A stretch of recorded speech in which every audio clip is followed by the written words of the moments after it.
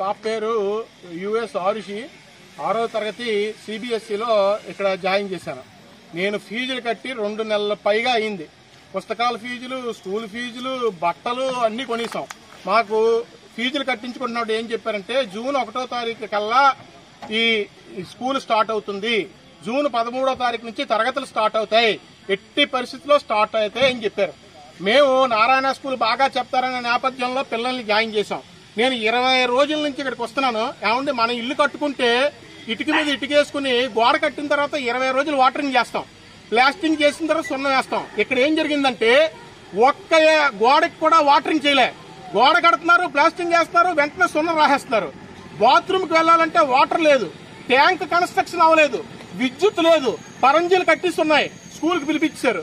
ఇప్పుడు పరంజీలు పడిపోయి సెంటరింగ్ అవ్వకుండా సెంటరింగ్ పడిపోతే మా పిల్లల తాలూకా భవిష్యత్తు ఏంటి? ఇంకొక అతి ముఖ్యమైన విషయం, కన్స్ట్రక్షన్ పూర్తి అవ్వకుండా ఎవడవాడు డిఈ, ఎవడ విద్యాశాఖలో ఉన్నవాడు, పాతవాడా కొత్తవాడా ఎవడైనా సరే without having any construction how you have given permission? అసలు పర్మిషన్స్ ఎలా ఇస్తారు? నిర్మాణం మా పిల్లలకి బాధ్యత ఎవడో, మా పిల్లల జీవితాలకి కనీసం ఇంకిది జ్ఞానం ఈ నారాయణ విద్యా సంస్థలకు ఉండాలి. ఇమీడియట్ గా వీళ్ళ మీద చర్యలు తీసుకోవాలి. ఇప్పుడు నా కూతురు నేను ఎక్కడ జాయిన్ చేయాలి? పాత స్కూల్లో టీసీసీ తీసుకున్నాను, ఈ స్కూల్ ప్రారంభం అవ్వలేదు.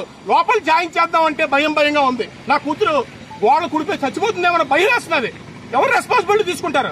కలెక్టర్ గారు, విజయనగరం కలెక్టర్ గారు, జిల్లా కలెక్టర్ గారు, విద్యాశాఖ వారు, మంత్రి, విద్యాశాఖ మంత్రి చంద్రబాబు నాయుడు గారు, నారాయణ గారు వెంటనే స్పందించాలి.